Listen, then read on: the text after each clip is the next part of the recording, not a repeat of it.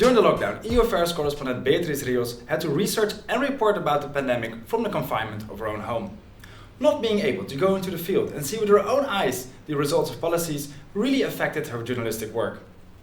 She explains why she thinks that is, and we discuss, isn't that just the fate of an EU Affairs correspondent, and is reporting from the confinement of your own home bubble really that different from the Brussels bubble?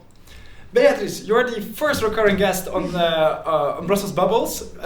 Good to have you back. Thank you for having me. Yeah, so how big is the dream of being an EU Affairs correspondent? It's always been my goal somehow since I started studying journalism, but it didn't quite turn out the way I was expecting it to be. Why not? Because I thought that there was a part of the story that was missing while I was reporting from Brussels. Okay, well, we're going to start the story in Liberia, because you were on a trip to Liberia. You were supposed to stay for a month. You left when everything was still fine, and then what happened? And then there was a pandemic. So I left mid-February, so the situation in Europe was still okay. For those who don't know, Liberia is a country in the west coast of Africa that suffered from a civil war for 20 years. And when they were going back to their feet, they were hit by the Ebola crisis a few years ago. And it was a trip that was meant to be an experience on how the EU cooperation and development policy works in the field. And it turned out to be a trip that made me realize the scope and the impact of an epidemic in the country daily life. Yeah, because I've seen these things on the border of Congo and Uganda. People are used to washing their hands till you basically see their bones. When you sneeze, you really have to go to hospital, those kind of things. Yeah, no, I was really impressed because when I arrived to the airport, I was already controlled, even though the situation in the country was still okay when I arrived. And then every time that I would go into a public place, I would have to wash my hands. Even in the most remote areas, you would have that experience. Places that had a hard time accessing water, they would ask you to wash your hands before you approach anyone. So this is the thing that we are now experiencing on a daily basis here, but for them, it's just part of their lives since a few years back. And in week 3 of your 1 month trip, you got a phone call, you have to leave now because else you're stuck here during the pandemic. You flew back to Brussels. How did the world change here? It was very strange because in a way we were not so much aware of the scope of the situation when we were in Liberia because we didn't have so much access to internet. And then we arrived to a country just a few days before the lockdown. Everyone was home, the streets were empty, and the activity was practically stopped. So it was very strange to move from a place that was still okay, but where you could see the consequences of an epidemic, and then coming here and realizing that was real life now. That was going to be our lives. What was your assignment as a EU reporter at that moment? So at the moment I work on economy with a particular focus on economy. So when I came here, the whole focus was on what was the EU response to the economic consequences of the pandemic in Europe. Okay, so and you read press releases, you watch press briefings. How different was that from the way you normally operate? Well, for a new reporter, that's really strange because most of the work that we do is just meeting people, going to briefings, but having the chance to talk to experts, having coffees with sources, and then suddenly you're stuck at home, you only have your phone and your laptop, but you cannot meet people, which makes a huge difference. So it was a little bit strange, the approach that we have to take in a pandemic. Yeah, and what would you have liked to report during that moment? Well, the thing is that when I came back from Liberia, I realized that when we talk about such a humanitarian crisis, which was the case at the time there, and it's the case now in Europe, what matters is people and how people are coping with a situation like this.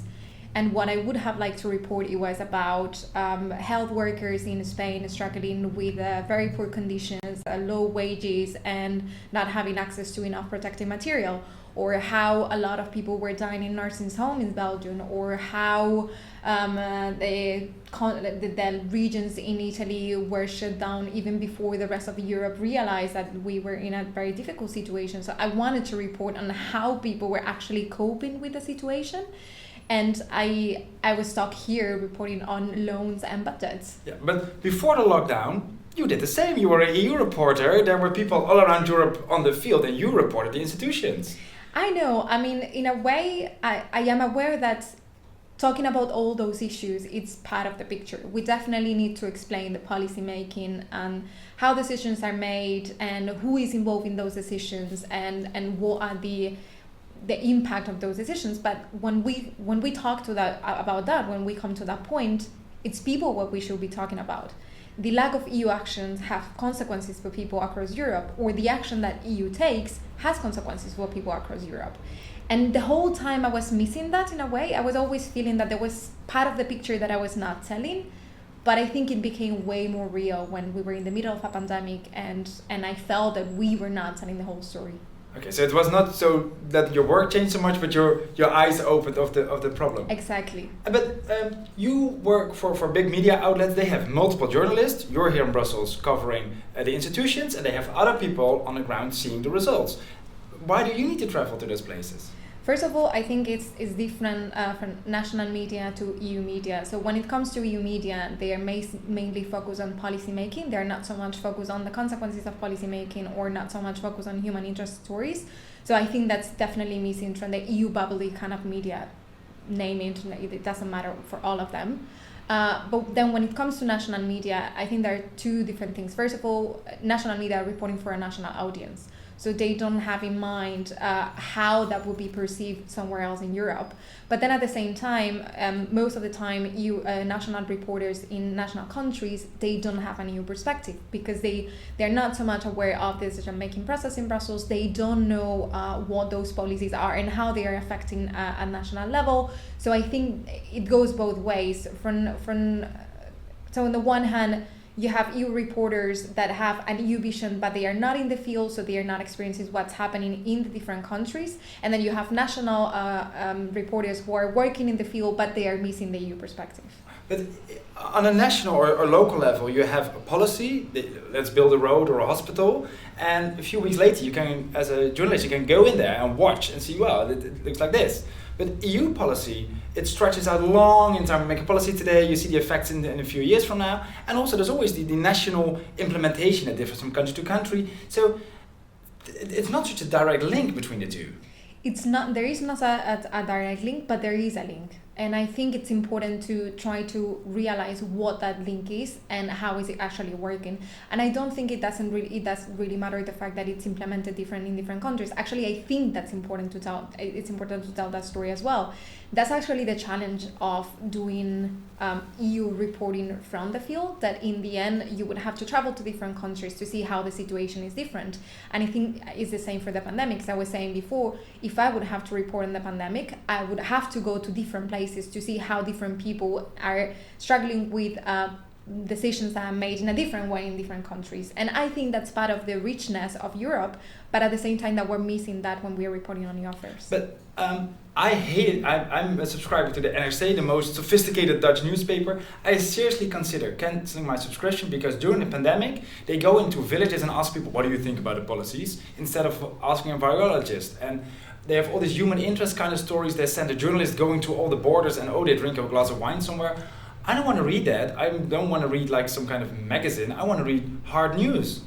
I think it shouldn't be one or the other. I think it should be a combination. So it's very important to understand what the decisions making process is. So it's important to talk to the experts and it's important to talk to policymakers.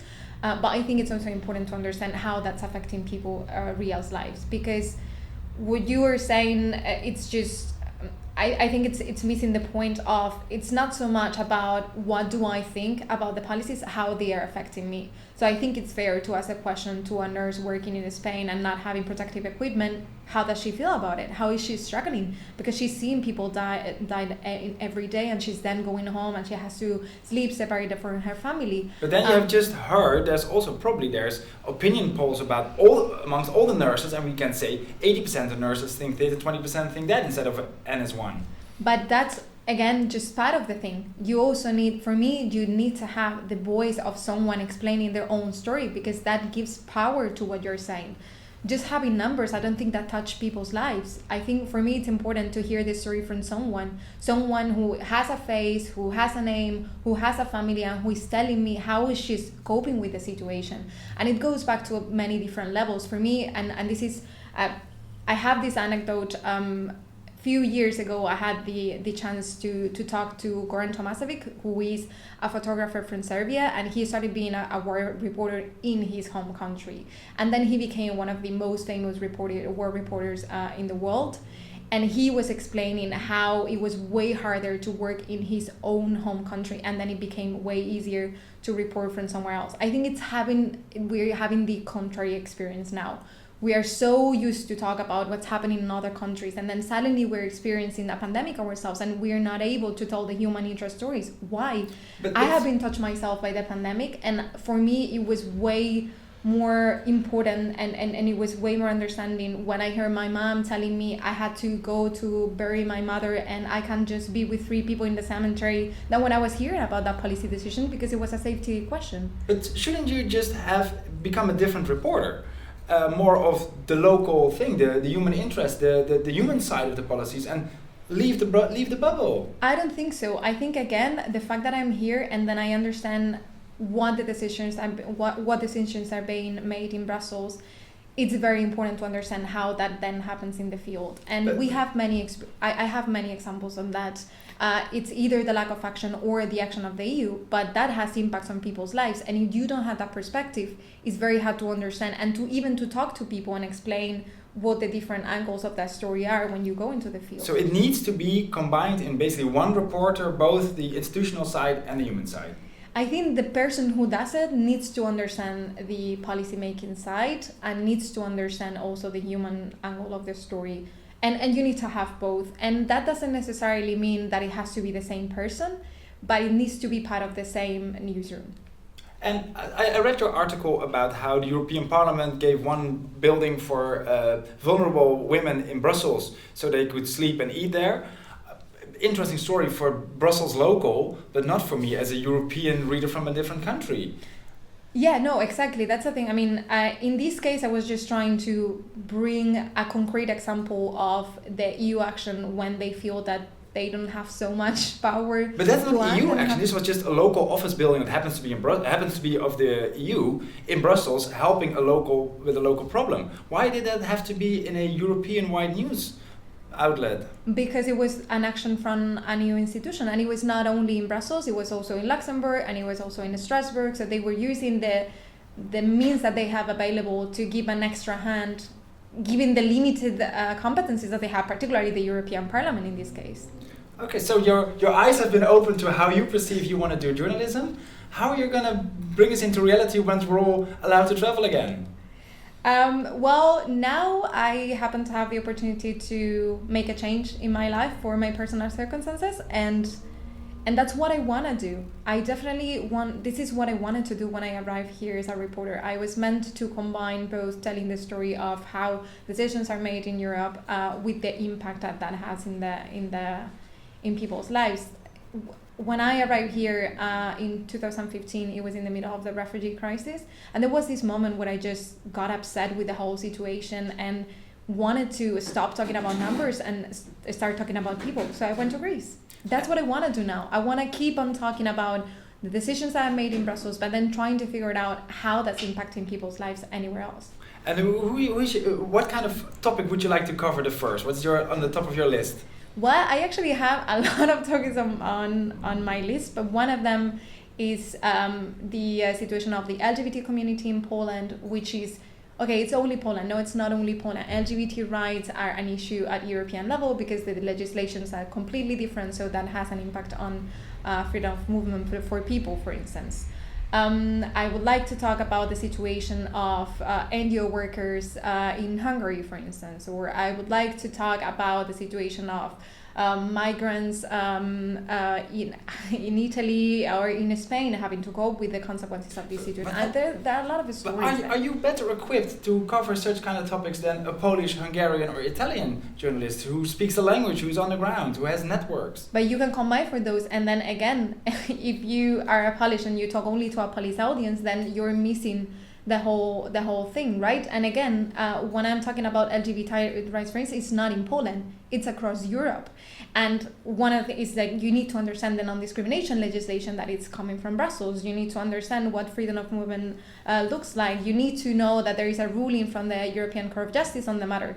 that usually it's not known by national reporters, but I know it because I've been working in Brussels. And are there media outlets interested in this kind of two-level journalism? I think so, and I hope so. And again, if we don't try, we cannot know it. And for now, I've only seen that being done by media outlets in the US, for instance. They've been doing quite a lot of work in that sense. Maybe because they see Europe more in a different way than we do because we're Europeans. So you actually think the Washington Post did a better job in covering what happens in Europe than European media did? Not in what happens in Europe, but they are telling one part of the story that we are not definitely telling. During the pandemic, you made some really great TV segments from what looked like the side of your bed. Are we going to see more of those kind of great TV from you? I hope so. That's one of the things that I want to do as well. Trying to explain the EU in a more simple way, and I think that video is a great way to do that because it's just connect to people, right? You talk to people like you're just having a conversation. Is the target audience in your head, is that slightly different than from the people you have been writing up to so far? Yes, definitely, because I mean, working for an EU bubble media, you know that your target is mainly EU officials and people in the bubble, so people working for lobbies or for companies. And I think that the goal here would be to talk to citizens. Now, the challenge is, and I agree with you on that, is the language, because I use English for these kind of things, but not everyone speaks English across Europe. And that's a fair criticism on the approach that I have for this. It's like, how do you bring the gap between trying to do EU reporting but touching upon different countries and then being able to reach that audience. And for that, I definitely think that the best solution would be to collaborate with national media. But you can bring a bubble reporter out the bubble, but can you take the bubble out of the reporter? That's the thing, it shouldn't be out of it. It should be a combination of both. For me, it's a combination of explaining the bubble to people and then bringing the people to the bubble as well, because that's also interesting, and that's a good point. What if what's missing is that people in the bubble are not hearing those stories? Maybe that's a problem. Maybe they don't understand the scope of the impact of their decision making on real people's lives. Maybe they need to hear those stories to be able to bring it into their decision making. Maybe it's the other way around. Maybe I don't have to bring all different stories from Europe to the people in different countries. Maybe I need to bring all those different stories from different countries to the EU bubble. Wow, that sounds like a great mission. And once you have your first things done, we gladly invite you back to the show to tell you all about your great adventures around Europe. Thank you so much, Bea. Thank you.